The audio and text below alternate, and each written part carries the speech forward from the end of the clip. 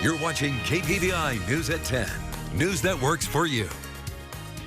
Welcome back. It's the semifinals showdown. Corinne McGrath has the night off, but high school football teams did not, as they battled many in the snow for their place in the state championship.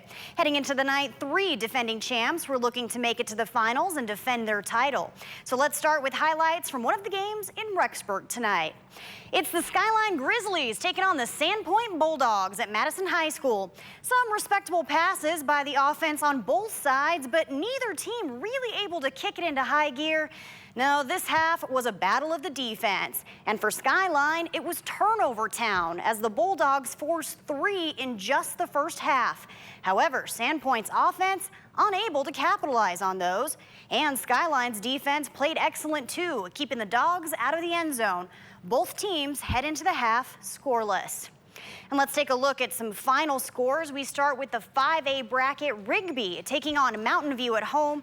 The Trojans overtook the Mavericks on this one, 26-13, and Rigby moves on. Also in 5A, Coeur d'Alene traveled south to Rocky Mountain High School to take on the Grizzlies.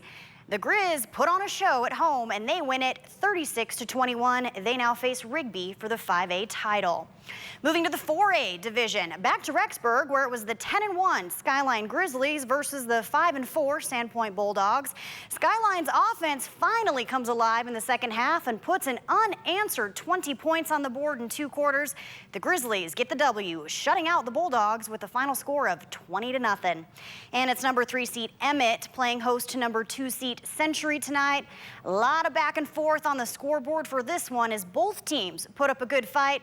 But the Huskies edge out the Diamondbacks 27-22, and Emmett advances to the finals where they'll face Skyline.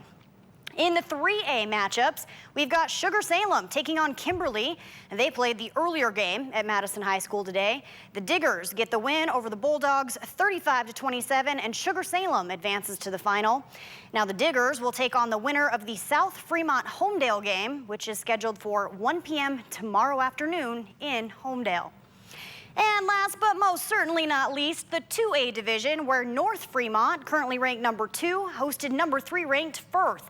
The Huskies were up 6-0 heading into the 4th quarter, but a bobble on the snap led to a fumble. Firth scoops it up, ran it 80 yards downfield for a Cougar score.